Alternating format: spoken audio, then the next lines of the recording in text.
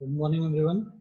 आज का हमारा topic thinking, reasoning and problem solving. Basically there are two approaches of thinking. First one is reasoning and second one is problem solving. हम previous lecture में जब हमने SCI का basic introduction start किया था, उस समय मैंने आपको बताया था कि बेसिकली किसी भी सिस्टम के लिए एक इंटरफेस अगर हम डिजाइन कर रहे हैं तो इनिशियली हमें उस सिस्टम को भी समझना होता है एज वेल एज हमें ह्यूमन बीइंग को भी समझना होता है। तो उस ह्यूमन बीइंग को समझने के लिए हम कुछ बेसिक एस्पेक्ट्स हैं जिनकी हम स्टडी कर रहे हैं, और उन एस्पेक्ट्स में हम बेसिकली ह्यूमन के इनपुट आउटपुट चैनल की स्टडी कर चुके हैं, ह्यूमन के मेमोरी की स्टडी कर चुके हैं।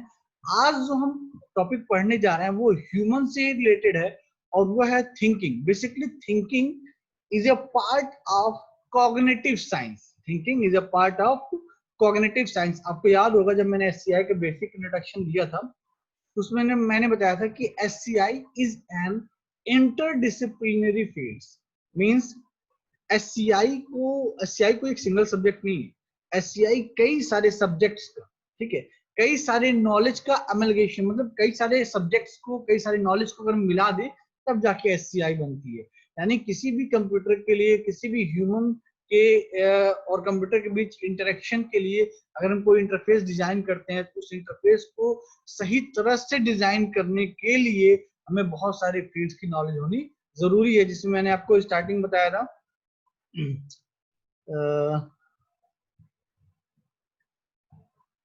मैंने आपको स्टार्टिंग बताया था कि कुछ फील्ड्स ऐसे हैं जिनकी स्टडी हमें करनी होती है ताकि हम ह्यूमन बीइंग को इजीली समझ सकें। कुछ फील्ड ऐसी होती है जिसमें हमें कंप्यूटर के बारे में जानने की जरूरत होती है। वो हमें उन फील्ड्स, उन सब्जेक्ट्स के बारे की नॉलेज होनी बहुत जरूरी है ताकि हम कंप्यूटर के बारे में इजीली, कंप्यूटर के इंटरनल स्ट्रक्चर या उनकी वर्किंग सिनेरियो को इजीली समझ सकें। तो चूंकि अभी हम ह्यूमन की स्टडी कर रहे हैं, तो ह्यूमन की स्टडी में आज जो हम टॉपिक पढ़ रहे हैं, thinking and problem solving. Basically thinking thinking जो है वो कॉग्निटिव साइंस का पार्ट है। थिंकिंग क्या है? कॉग्निटिव साइंस का एक पार्ट है। तो कॉग्निटिव साइंस हो गया आपका, सोशल एंड ऑर्गेनाइजेशन फिलोसफी हो गया, इकोनॉमिक्स एंड ह्यूमन फैक्टर्स हो गए, सोशोलॉजी हो गया, फिलोसफी हो गया। ये बहुत सारे फील्ड्स ऐसे हैं जो ह्यूमन बीइंग से रिलेटेड है।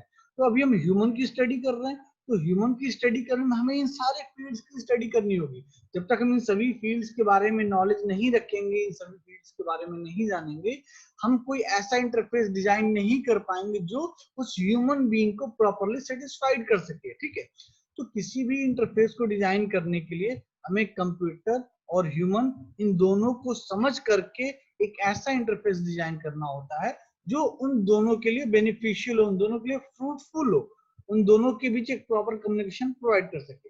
तो बेसिकली मैं दोबारा से आपको इस SCI is an interdisciplinary field specially लेके आया हूँ क्योंकि आज जो हम टॉपिक पढ़ने जा रहे हैं, थिंकिंग। बेसिकली थिंकिंग जो है वो पार्ट है किसका? कॉग्निटिव साइंस का। अगर आप यहाँ ध्यान से देखें, मैं हाइलाइटर ले लेता हूँ। ये कॉग्निटिव साइंस की मैंने डेफिनेशन दे रखी है। कह रहा है the study of thought, learning and mental organisation.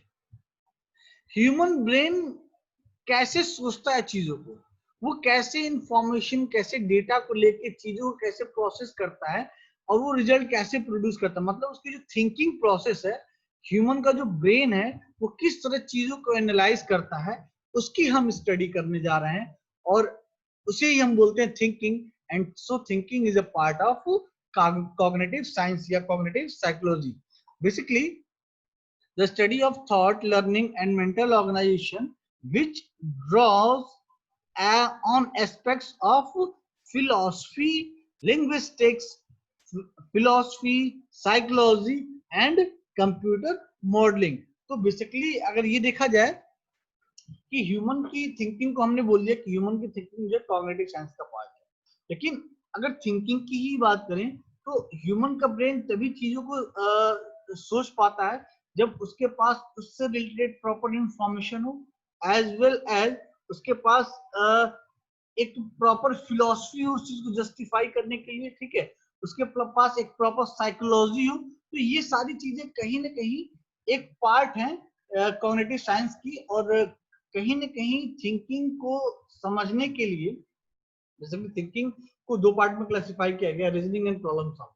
लेकिन थिंकिंग को अगर आप अच्छे से समझना चाहें तो thinking is not only a part of cognitive psychology. Cognitive psychology में भी बहुत सारे पार्ट्स हैं, जैसे कि यहाँ लिखिए डिफिनेशन में लिखा हुआ है। हमें फिलोसफी की नॉलेज भी होनी चाहिए, ठीक है, लिंग्विस्टिक्स की नॉलेज भी होनी चाहिए, साइकोलॉजी की भी नॉलेज होनी चाहिए, ठीक है। तो ये सारी बहुत सारे ये बहुत सारे फील्ड्स ऐसे हैं जो कि ह्यूमन से रिलेटेड है, ह्यूमन की ब्रेन से रिलेटेड है, ह्यूमन के थिंकिंग प्रोसेस से रिलेटेड है। तो इन सभी चीजों के बारे में हमें समझना बहुत जरूरी होता है। इसीलिए देखिए कह रहा कि कॉग्निटिव साइकोलॉजी हो गया, सोशल एंड ऑर्गेनाइजेशनल साइकोलॉजी हो गया, एर्गोनॉमिक्स हो गया, इंजीनियरिंग नहीं, एंड सोशियोलॉजी हो गया, फिलोसफी हो गया। तो ये बहुत सारे फील्ड्स हैं जो जिनकी स्टडी हमें करनी होती है ताकि हम ह्यूमन के बारे में प्रॉपरली समझ सके, ह्यूमन को प्रॉपरली समझ सके। लेकिन आज जो हम टॉपिक पढ़ रहे हैं thinking, basically thinking is a part of cognitive science, ठीक है। और कॉग्निटिव साइंस में आपके बहुत सारे फील्ड्स आ जाते हैं, जैसे कि आपका साइकोलॉजी हो गया, सोशियोलॉजी हो गया, फिलोसफी हो गया। तो अगर हम थिंकिंग की बात करें तो बेसिकली थिंकिंग को दो पार्ट में क्लासिफाई किया गया, रीजनिंग एंड प्रॉब्लम सॉल्विंग। तो बेसिकली आज जो थिंकिंग का हम पोर्शन पढ़ने जा रहे हैं वो है रीजनिंग, ठीक है। तो बेसिकली रीजनिंग है क्या?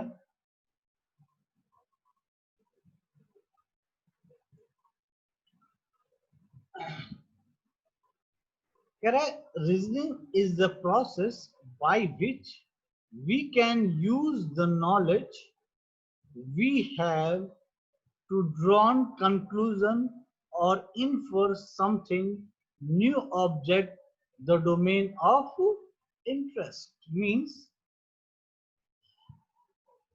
हमारा जो डोमेन है, ठीक है, जिस जिस डोमेन पे हम काम कर रहे हैं, जिस डोमेन में हम इंटरेस्ट रखते हैं, उस डोमेन की रिगार्डिंग अगर हम कोई फाइनल कंक्लूजन निकालते हैं तो उस कंक्लूजन को अचीव करने के लिए हमें तर्क शक्ति लगानी पड़ती है। हमें अपने ब्रेन जैसे हम कंप्यूटर की बात करें तो कंप्यूटर में भी लॉजिकल यूनिट्स होते हैं, अर्थमेटिकल यूनिट्स होते हैं। लॉजिकल यूनिट्स क्या होते हैं? लॉजिकल ऑपरेशंस परफॉर्म करते हैं, ठीक है। सेम हमारे ब्रेन की, अगर हम अपने ब्रेन की बात करें तो हमारे ब्रेन में भी कुछ पोर्शन ऐसे होते हैं जो तार्किक शक्ति जिनमें होती है, जो तर्क शक्ति देते हैं, जो रीजनिंग का काम करते हैं, मतलब एक फाइनल कंक्लूजन इन्फर करते हैं, ठीक। तो कहने का मतलब यह है कि अगर ह्यूमन की थिंकिंग की बात करें, दिमाग कैसे सोचता है, तो दिमाग के सोचने के दो तरीके हैं। पहला है हमारा रीजनिंग और दूसरा हमारा प्रॉब्लम सॉल्विंग। जो रीजनिंग वाला पोर्शन है, इस रीजनिंग वाले पोर्शन को बेसिकली तीन पार्ट में क्लासिफाई किया गया है।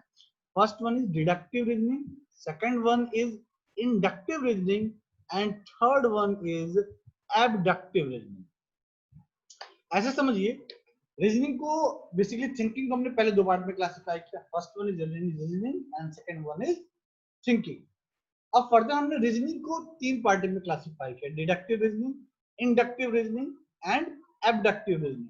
बेसिकली इन तीनों रीजनिंग का यूज हम तर्क देने में कर रहे हैं, अपने तर्क शक्ति को यूज करके, ठीक है, कुछ ना अपने एक तरह से यू कहें कि अपने रीजनिंग एबिलिटी को, अपने तर्क शक्ति को यूज करके, हो सकता है हम कुछ इफेक्ट्स की बात करें, हो सकता है हम कुछ रूल्स की बात करें, या हो सकता है हम कुछ काज की बात करें। तो जहां भी हम इफेक्ट, काज एंड रूल्स की बात करेंगे अपने रीजनिंग एबिलिटी को यूज करते हुए, तो all these things are part of thinking of human brain. यानी कहीं ना कहीं किसी इफेक्ट को प्रोड्यूस करने के लिए, किसी कॉज को प्रोड्यूस करने के लिए, किसी रूल्स को प्रोड्यूस करने के लिए हमारे ह्यूमन ब्रेन को सोचना पड़ता है, तर्क शक्ति लगानी पड़ती है, थिंकिंग करनी पड़ती है। So reasoning is the part of thinking.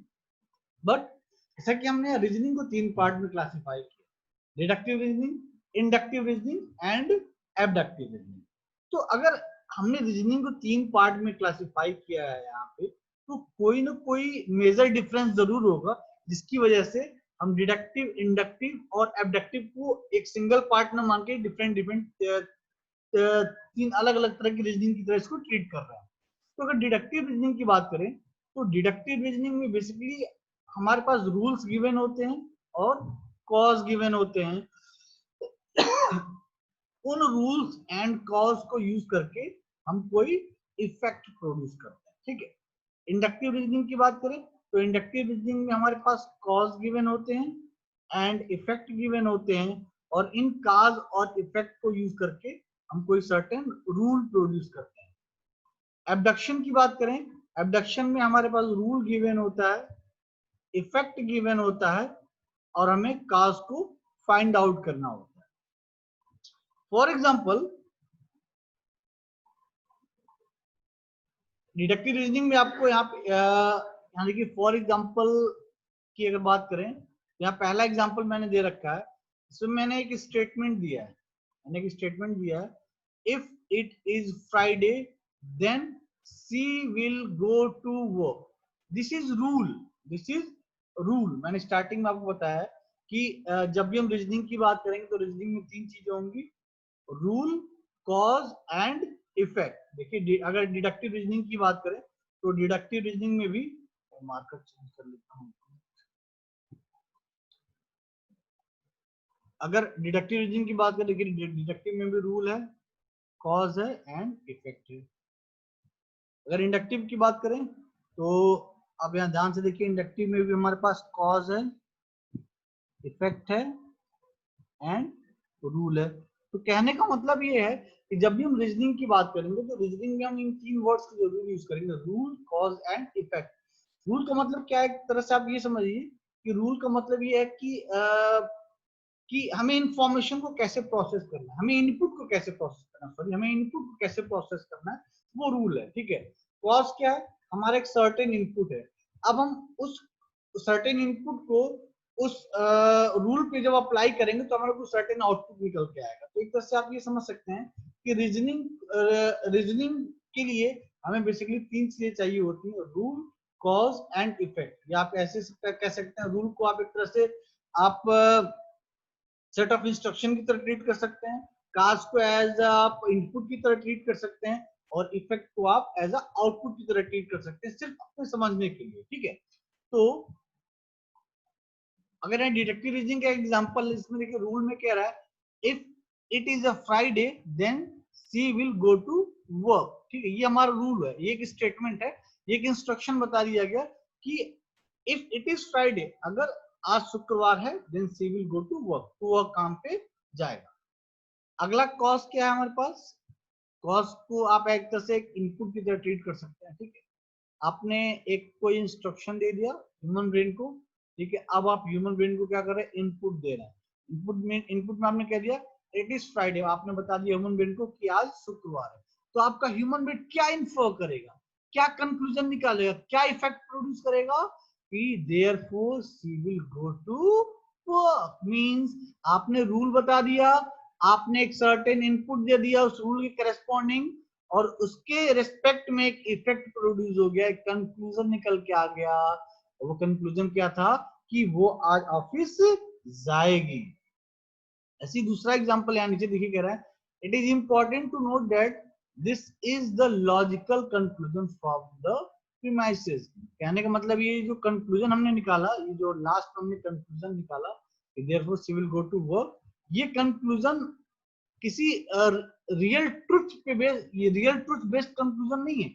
ये कंक्लूजन कैसा है, इस रूल, ये इस गिवन रूल के बेसिस पे हमने ये कंक्लूजन निकाला। तो या ये कह सकते हैं कि जो प्रीमाइसेस गिवन है, यानी जो हमें दायरा बता दिया गया है कि इन दायरों को यूज करते हुए, इन रूल्स को यूज करते हुए आपको एक सर्टेन कंक्लूजन निकालना है। तो अगर हम डिडक्टिव रीजनिंग की बात करें तो डिडक्टिव रीजनिंग में हम कभी ये नहीं कह सकते हैं कि जो फाइनल कंक्लूजन आया वो फाइनल कंक्लूजन रियल वर्ल्ड में भी ट्रू हो।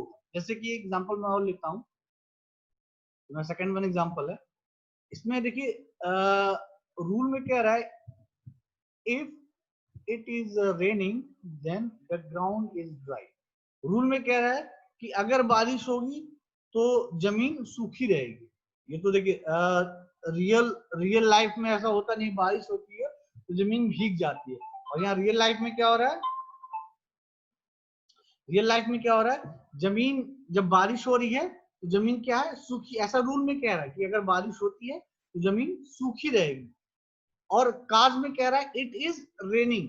तो अगर हमने रूल बता दिया कि if it is raining then the ground is dry, और हमने एज ए इनपुट प्रोड्यूस, अगर हमने इनपुट दिया कॉज में कि इट इज रेनिंग, आज बारिश हो रही है, तो हम क्या इंश्योर करेंगे, क्या कंक्लूजन निकालेंगे, therefore the ground is dry.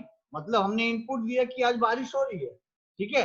जो सेट ऑफ इंस्ट्रक्शंस थे, उन सेट ऑफ इंस्ट्रक्शन से जब इनपुट पास हुआ तो रिजल्ट क्या आया कि जमीन, धरती जो है वो क्या रहेगी, सूखी रहेगी। ये रियल फैक्ट्स पे देखा जाए तो फिट नहीं बैठता है। ओवरऑल कहने का मतलब ये मैं आपको ये समझाना चाह रहा हूँ कि यहाँ जो भी हम कंक्लूजन निकालते हैं वो कंक्लूजन गिवन रूल, जो रूल गिवन होते हैं उन रूल पे बेस्ड होता है, ठीक है। यहाँ देखिए लिखा हुआ है logical conclusions from the premises. जो रूल गिवन है उन गिवन रूल को यूज करते हुए हम एक कंक्लूजन प्रोड्यूस करते हैं, एक इफेक्ट प्रोड्यूस करते हैं। तो ये कोई जरूरी नहीं है कि जो इफेक्ट या जो कंक्लूजन निकल के आया वो इफेक्ट, वो कंक्लूजन रियल लाइफ पे बिल्कुल फिट बैठे, लेकिन हाँ उस रूल को फॉलो करते हुए वो कंक्लूजन, वो इफेक्ट बिल्कुल फिट बैठता है।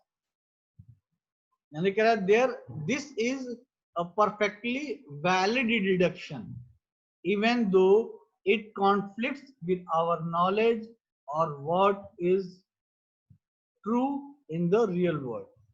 अगर डिडक्शन रीजनिंग के पर्सपेक्टिव से देखें तो ये वाला जो सेकंड वाला एग्जांपल है, दिस एग्जांपल, अगर डिडक्टिव रीजनिंग के पॉइंट ऑफ व्यू से देखेंगे तो ये वाला जो सेकंड वाला एग्जांपल है बिल्कुल वैलिड डिडक्शन है। इसमें जो भी हमने इफेक्ट या जो भी हमने कंक्लूजन दिया वो कंक्लूजन बिल्कुल करेक्ट है, लेकिन अगर हम उसको रियल वर्ल्ड सिनेरियो से देखेंगे तो ये कंक्लूजन बिल्कुल ही करेक्ट नहीं है। तो ओवरऑल कहने का मतलब ये है डिडक्टिव रीजनिंग में जो भी कंक्लूजन हम प्रोड्यूस करते हैं वो कंक्लूजन गिवन रूल बेस्ड होता है। जो रूल हमें दिए गए हैं उन रूल के बेसिस पे हमें कंक्लूजन प्रोड्यूस करते हैं। तो ये कोई जरूर, तो उन रूल्स के पॉइंट ऑफ व्यू से अगर देखेंगे तो डिडक्टिव रीजनिंग के कंक्लूजन हमेशा करेक्ट होते हैं, लेकिन अगर हम रियल फैक्ट्स के आधार पर देखेंगे, अपने रियल वर्ल्ड में अगर देखेंगे तो कोई जरूरी नहीं है कि डिडक्टिव रीजनिंग के कंक्लूजन, उनके इफेक्ट्स हमेशा सही हो। नेक्स्ट वन है हमारा इंडक्टिव रीजनिंग। अच्छा, अगर आप ध्यान से देखिए डिडक्टिव रीजनिंग में हम हमारे पास रूल्स एंड कॉज होने चाहिए और हम प्रोड्यूस क्या करते हैं, इफेक्ट, ठीक है। इंडक्टिव रीजनिंग में क्या है, हमारे पास कॉज एंड इफेक्ट होने चाहिए, प्रोड्यूस क्या करते हैं हम एज आउटपुट रूल। एबडक्टिव रीजनिंग में क्या होना चाहिए, हमारे पास रूल्स होते हैं और इफेक्ट होते हैं, और इन रूल और इफेक्ट को यूज करके हम क्या प्रोड्यूस करते हैं, कॉज। तो डिडक्टिव रीजनिंग में हमारे पास रूल गिवन है और कॉज गिवन है, ठीक है।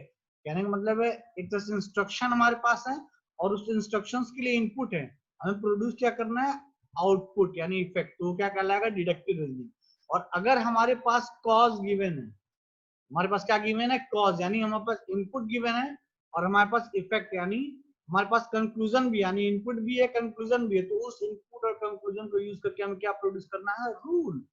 इसका इंडक्टिव रीजनिंग का सबसे बेटर एग्जांपल आपको मैं बताऊं, मशीन लर्निंग। अभी मैं बताऊंगा कैसे।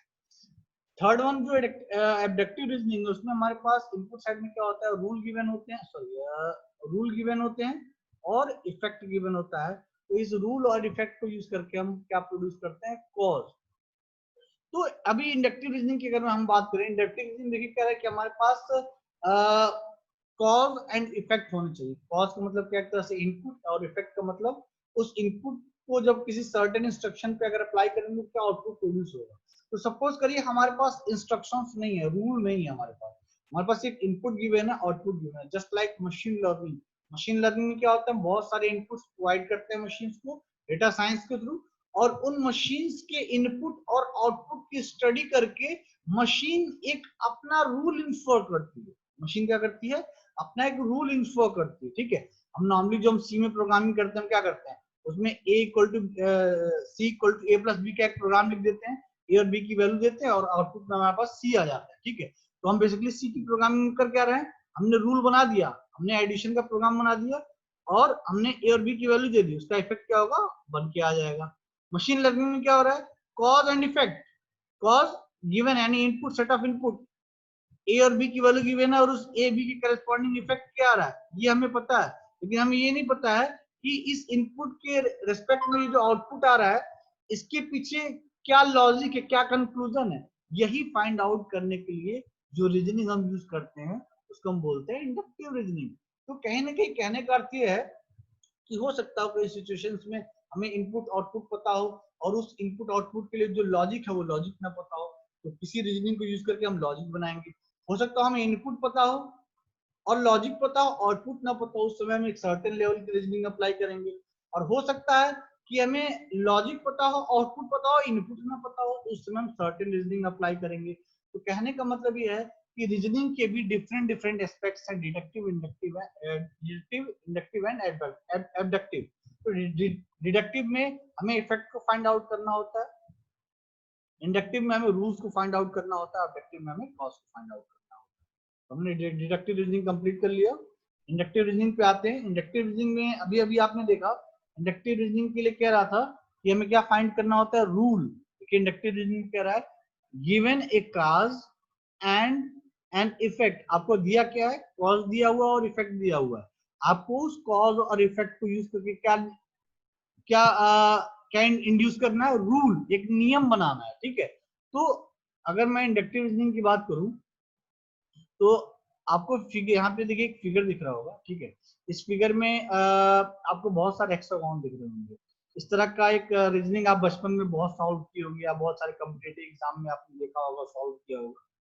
बेसिकली इस फिगर में है क्या, बहुत सारे इनपुट दिए हुए हैं। जैसे आपको दो लाइन दिख रही होगी, दो हॉरिजॉन्टल लाइन दिख रही होगी, एक तो ये वाली हॉरिजॉन्टल लाइन, ठीक है, और एक ये वाली हॉरिजॉन्टल लाइन। ठीक है, तो पहली वाली जो हॉरिजॉन्टल लाइन है वो एक तरह से आपकी इनपुट है कि इस तरह से ये हेक्सागोन पे हम कुछ रूल इंपोज कर रहा है और फाइनली ये नहीं पता है कि कौन सा रूल अप्लाई हो रहा है, लेकिन पहला स्टेप ये है हमारा, दूसरा स्टेप ये है हमारा, तीसरा स्टेप ये है हमारा, चौथा स्टेप ये है हमारा, पांचवा स्टेप ये है। तो ये बताइए छठवां स्टेप जो होगा वो नीचे के दिए हुए इन 5 हेक्सागोन में से कौन से वाले हेक्सागोन को फॉलो करेगा। तो कहने का मतलब ये है कि आप ऊपर वाले रो में, यानी इस वाले रो में आपके पास सारे इनपुट्स गिवन है और इस वाले रो में आपके पास सारे आउटपुट गिवन है। अब क्या करना है, इन इनपुट के सीक्वेंस को देखते हुए आपको एक रूल इन्फर करना है, आपको एक नियम बनाना है और उस नियम के आधार पे नीचे दिए गए आउटपुट्स में से एक आउटपुट सेलेक्ट करना है। तो इंडक्टिव रीजनिंग बेसिकली कहती क्या है, कह रहा है inductive reasoning begins with a series of specific facts or data means evidence and moves to a general statement or conclusion based on evidence. Induction is generalizing from case we have seen to infer information about the case we have not seen. हमारे पास बहुत सारे cases ऐसे हैं जिनको देख के हम कुछ ना कुछ स्टडी कर रहे हैं और उस स्टडी के बिहाफ पे हम कुछ ऐसी इंफॉर्मेशन प्रोड्यूस कर रहे हैं जिसके बारे में हम नहीं जानते हैं, जिसको अभी तक हमने नहीं देखा है। जैसे इसी एग्जांपल की बात करें, फिगर ए में देखिए हेक्सागोन में ट्रायंगल की पोजीशन यहाँ है और सर्कल की पोजीशन यहाँ पे। ठीक है, अब क्या करिए, सर्कल को एंटी क्लॉकवाइज डायरेक्शन में 1 स्टेप डाउन ले जाइए और ट्रायंगल को क्लॉकवाइज डायरेक्शन में 2 स्टेप अपवर्ड ले जाइए। तो ट्रायंगल जब 3 स्टेप अपवर्ड ले जाइए, एक मिनट,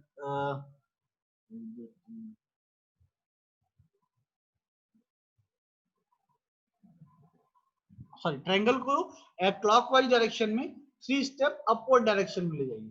तो देखिए ट्रायंगल की पोजीशन अगले फिगर में इस लोकेशन पे आ जाएगी और सर्कल की पोजीशन इस लोकेशन पे आ जाएगी। अगेन अब सर्कल को क्या करिए, 1 step downward and 3 step clockwise direction, तो 1 2 3, तो ट्रायंगल कहाँ जाएगा, यहाँ जाएगा, सर्कल कहाँ जाएगा, यहाँ जाएगा। ऐसी जब इसी सीक्वेंस को आप फॉलो करते हुए जाएंगे, तो जो लास्ट स्टेप होगा, तो देखिए इस लास्ट स्टेप में सर्कल यहाँ पे आ गया और ट्रायंगल यहाँ पे आ गया। तो जो आपने रूल इन्फॉर किया, उस रूल में क्या है कि सर्कल को इस हेक्सागोन में एंटी क्लॉकवाइज 1 स्टेप मूव कराना है, और इस ट्रायंगल को इस हेक्सागोन के अंदर क्लॉकवाइज डायरेक्शन में 3 स्टेप मूव कराना। ये आपने रूल इन्फॉर किया, ये रूल बनाया। तो इस रूल की बिहाफ पे अब आपको इन सारे गिवन आउटपुट में से आपको एक सेलेक्टिव आउटपुट फाइंड आउट करना है। तो इसमें से ऐसा कौन सा फिगर है, एक मिनट, अब अगली पोजीशन क्या होगी, सर्किल की अगली पोजीशन, आई थिंक सर्किल यहाँ आना चाहिए और ट्रायंगल क्लॉकवाइज डायरेक्शन 1 2 3, यानी ट्रायंगल जो है अब यहाँ आना चाहिए। ठीक है, तो ऐसा कोई फिगर है जिसमें ट्रायंगल,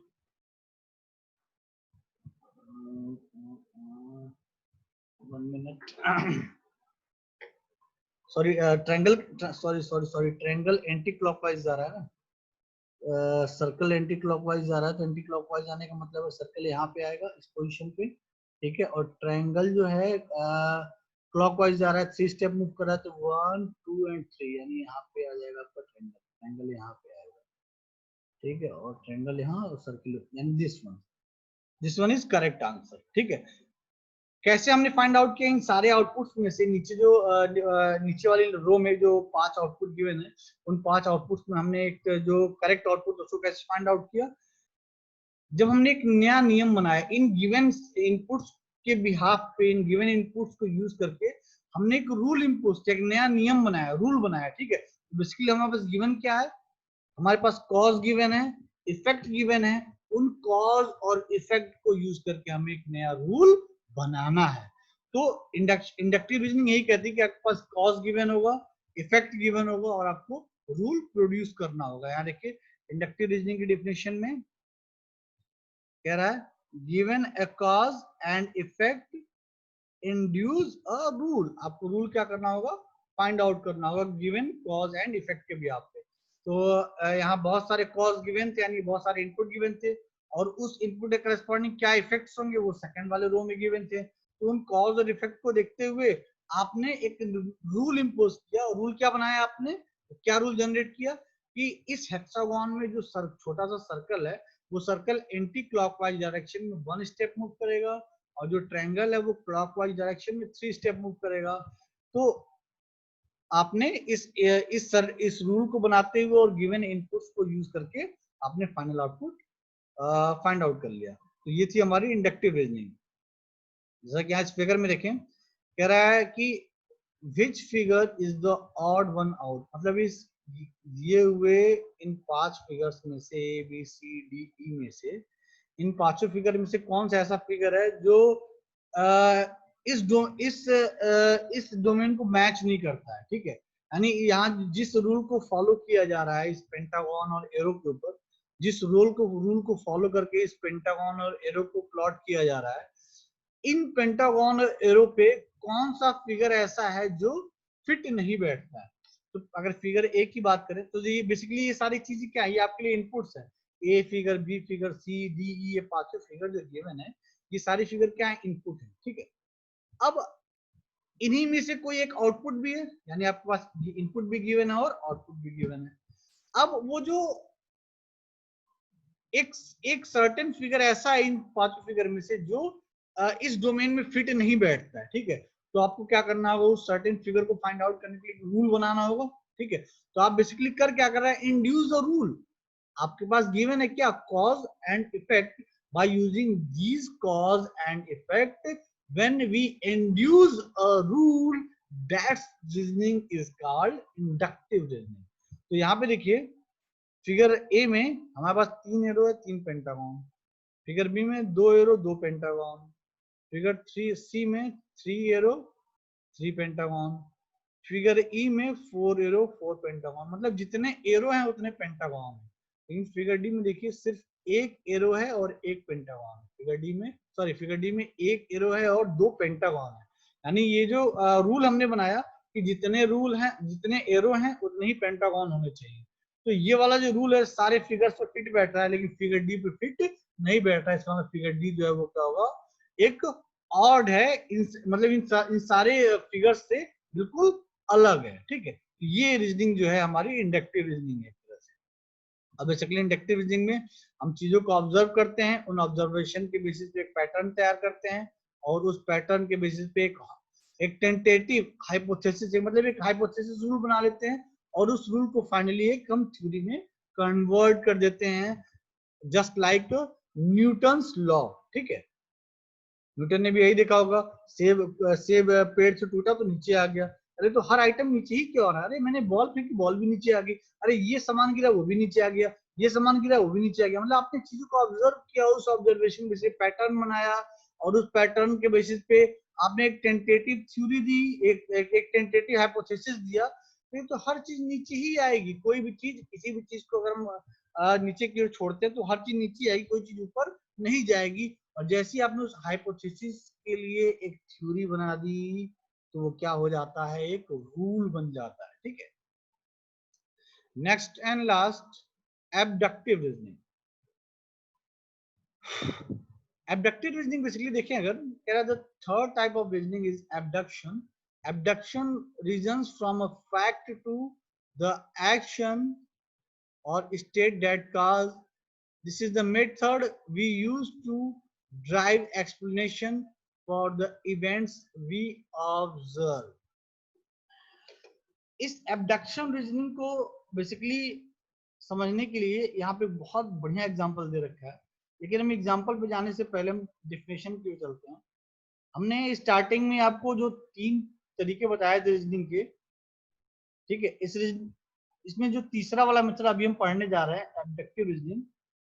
एबडक्टिव रीजनिंग देखिए कह रहा है गिवन और रूल, हमारे हमें दिया क्या होगा, रूल गिवन होगा एंड इफेक्ट गिवन होगा। रूल एंड इफेक्ट गिवन है, हमें क्या फाइंड आउट करना है, कॉज। ठीक है, हमें रूल भी गिवन है, इफेक्ट भी गिवन है। कहने का मतलब है, रूल का मतलब होता है सेट ऑफ इंस्ट्रक्शन आपकी समझने के लिए, ताकि आपको समझने में आसानी हो। रूल को आप एक तरह से सेट ऑफ इंस्ट्रक्शन की तरह ट्रीट करिए। इफेक्ट क्या है, एक आउटपुट है। ठीक है, तो आप ऐसे समझ लीजिए, सी का एक प्रोग्राम है, वो क्या है, उस सी के उस प्रोग्राम को हम रूल की तरह ट्रीट कर रहे हैं, और उस प्रोग्राम का जो आउटपुट होगा उसको हम क्या, किस तरह से यूज करेंगे, इफेक्ट की तरह यूज करेंगे। तो अगर मैंने आपको बोला कि मैंने 2 नंबर्स का एडिशन किया, ठीक है, उन 2 नंबर्स का सम जो है 3 आया, तो अब बताइए वो 2 इनपुट्स कौन थे? तो हम क्या पूछ रहे हैं, कॉज, यानी अब हम इनपुट के बारे में पूछ रहे हैं। हमारे पास सेट ऑफ इंस्ट्रक्शन गिवन है, हमारे पास उस इंस्ट्रक्शन के रिस्पेक्ट में आउटपुट गिवन है। अब हम पूछ रहे हैं, बताइए कि इनपुट, इन सर्टेन इनपुट क्या होना चाहिए। तो मैंने आपको बोला कि हमने एक एडिशन का प्रोग्राम बनाया, इस एडिशन के प्रोग्राम का जो आउटपुट है वो 3 आ रहा है।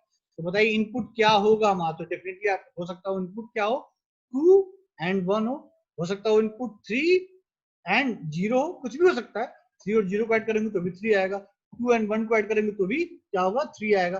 तो कहने का मतलब ये कि हम अपनी तर्क शक्ति लगा रहे हैं, रीजनिंग लगा रहे हैं, ये फाइंड आउट करने के लिए इस रूल के लिए और इस रेस्पेक्टिव आउटपुट के लिए कौन सा इनपुट फिट बैठेगा। तो इसी परफेक्ट इनपुट को सेलेक्ट करने के लिए हम अपनी अपनी कौन सी रीजनिंग यूज कर रहे हैं, एबडक्टिव रीजनिंग यूज कर रहे हैं। तो इस एबडक्टिव रीजनिंग में देखिए एक बहुत अच्छा एग्जांपल दे रखा है इसको समझाने के लिए। देखिए हम जब भी रीजनिंग की बात करेंगे 3 चीज होंगी, रूल, इफेक्ट एंड कॉज।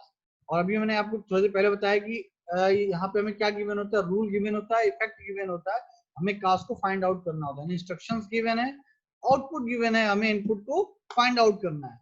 क्या क्वेश्चन में कह रहा है, सॉरी एग्जांपल में कह रहा है, Sam always drives too fast. Sam जो है हमेशा गाड़ी बहुत तेज चलाता है, when he has been drinking, जब उसने ड्रिंक कर रखा होता है। ठीक है, जब वो लिक्वर ले रखा होता है, तो उसने शराब पी रखी होती है, तो सैम बहुत तेज गाड़ी चलाता है। ये क्या है, जैसे रूल है। अब अगर मुझसे कोई ये कहे, अरे मैंने सैम को देखा बहुत तेज गाड़ी चलाते हुए जा रहा था, तो मैं क्या क्या मैं क्या कौन सी रीजनिंग अप्लाई करूंगा यहाँ पे, एबडक्टिव रीजनिंग। ठीक है, तो उस एबडक्टिव रीजनिंग के रिगार्डिंग बस क्या कंक्लूजन निकल के आएगा, मैं क्या कॉज फाइंड आउट करूंगा, क्या कारण हो सकता है कि सैम इतनी तेज गाड़ी चला रहा है। अरे अच्छा, हाँ, मुझे रूल तो बताया गया था कि सैम तभी गाड़ी तेज चलाता जब सैम ने ड्रिंक कर रखा होता है। तो जैसे ही मेरे पास इंफॉर्मेशन आई, सैम बहुत तेज गाड़ी चला रहा है, तो मैं क्या इन्फर करूंगा कि सैम ने ड्रिंक कर रखा है। बट ये कोई जरूरी नहीं है जो आप देख रहे हैं, आपके रीजनिंग पर्सपेक्टिव से जो चीजें कंक्लूजन में आ रही हैं वो सही हो। अभी थोड़ी देर पहले मैंने एग्जांपल दिया था आपको, आपने एडिशन का प्रोग्राम बनाया, आउटपुट में 3 आ रहा है, तो हो सकता हो इनपुट 2 एंड 1 हो सकता है इनपुट 3 एंड 0, कुछ भी हो सकता है। ये कोई जरूरी नहीं है कि जो आप जिस पॉइंट ऑफ व्यू से आप देख रहे हैं वही सही हो। तो कहने का मतलब ये है कि ह्यूमन का जो सोचने का नजरिया है, जो देखने का नजरिया है, वो कई तरह से है। तो उसी सोचने के नजरिए को, जिसको हमने रीजनिंग कहा, उस रीजनिंग को हमने 3 पार्ट में ब्रेक कर दिया। यानी हमने ये बताया कि हम सोचने का जो तरीका है ह्यूमन का, वो 3 तरह से है: deductive reasoning, inductive reasoning and abductive reasoning. Inductive reasoning में हमारे पास क्या होता है, इनपुट गिवन होता है, सेट ऑफ इंस्ट्रक्शंस गिवन होते हैं, हमें आउटपुट फाइंड आउट करना होता है। ठीक है, यहाँ रूल कॉज एंड इफेक्ट को आप इनपुट आउटपुट और इंस्ट्रक्शन से ट्रीट कर सकते हैं, तो चीजें ज्यादा अच्छे से समझ में आएंगी। अब वहीं अगर इंडक्टिव की बात करें, इंडक्टिव रीजनिंग में क्या था, हमें हमारे पास सेट ऑफ इनपुट्स गिवन होते थे, यानी सेट ऑफ कॉज गिवन होते थे, सेट ऑफ आउटपुट्स गिवन होते थे, यानी सेट ऑफ इफेक्ट्स गिवन होते थे, और हमें क्या बनाना होता था, रूल। ठीक है, सेम एबडक्टिव रीजनिंग की बात करते हैं, एबडक्टिव रीजनिंग में सेट ऑफ रूल्स गिवन होते थे, इफेक्ट गिवन होते थे, और हमें कॉज को फाइंड आउट करना होता था। तो इस वाले एग्जांपल की जो हम बात कर रहे हैं, यहाँ पे हमने देखा कि सैम बहुत, हमने जो रूल बताया, वो रूल ये था कि सैम बहुत तेज गाड़ी चला रहा है, और ऐसा तब करता है सैम जब वो ड्रिंक कर रखा होता है। और इसका अगर कोई सडनली अगर देखे कि सैम बहुत तेज गाड़ी चलाता हुआ जा रहा है, तो वो क्या इन्फर करेगा, वो क्या कंक्लूजन निकालेगा कि सैम ने ड्रिंक कर रखा है। लेकिन ये चीज हर केस में सही नहीं हो सकती, कि of course this is unreliable since there may be another reasons. That's why C is driving fast. C may have been called to an emergency. हो सकता है शैम को इमरजेंसी हो जिसकी वजह से बहुत तेज गाड़ी चला के जा रहा हो। तो कहने का मतलब यह है कि थिंकिंग टॉपिक के अंदर जो आज हम रीजनिंग पढ़ रहे हैं, वो रीजनिंग कहीं ना कहीं हमें ये बताती है, ये समझाती है कि ह्यूमन का जो ब्रेन है वो किस तरह से सोच सकता है। तो उसके सोचने के 3 तरीके हैं: deductive, inductive and abductive. Deductive reasoning ऐसी रीजनिंग जिसमें उसके पास कुछ सर्टेन रूल्स होते हैं, कुछ सर्टेन इनपुट्स होते हैं, तो उस रूल्स और उस इनपुट, यानी आप दूसरे शब्दों में कह सकते हैं कि उन सेट ऑफ इंस्ट्रक्शन और सेट ऑफ इनपुट्स को यूज करके वो एक सर्टेन आउटपुट इन्फोर करता है। ठीक है, एक फाइनल आउटपुट जो वो कंक्लूजन पार्ट में निकालता है। तो दूसरी रीजनिंग है, यानी कि दूसरा सोचने का तरीका है ह्यूमन ब्रेन का, वो क्या है कि उसके पास सेट ऑफ इनपुट्स हैं और सेट ऑफ आउटपुट्स हैं। अब उस सेट ऑफ इनपुट और आउटपुट को यूज करके सर्टेन रूल निकाल लिए। जैसे अब सपोज करिए कि आप जैसे कि थोड़े पहले मैंने मशीन लर्निंग का एग्जांपल दिया था। मशीन लर्निंग में क्या होता है, हम बहुत सारे डेटा देते रहते हैं, सिस्टम क्या करते हैं, बहुत सारे डेटा प्रोवाइड कराता है। सपोज करिए मैंने एक दिन दिया मशीन को 2,3, इसके रिजल्ट में डाल दिया 2,3, मैंने इनपुट में दिया, और एज आउटपुट में जो डेटा पास किया 5 पास कर दिया। ऐसे 6 एंड 2 पास किया, और आउटपुट में 8 पास कर दिया।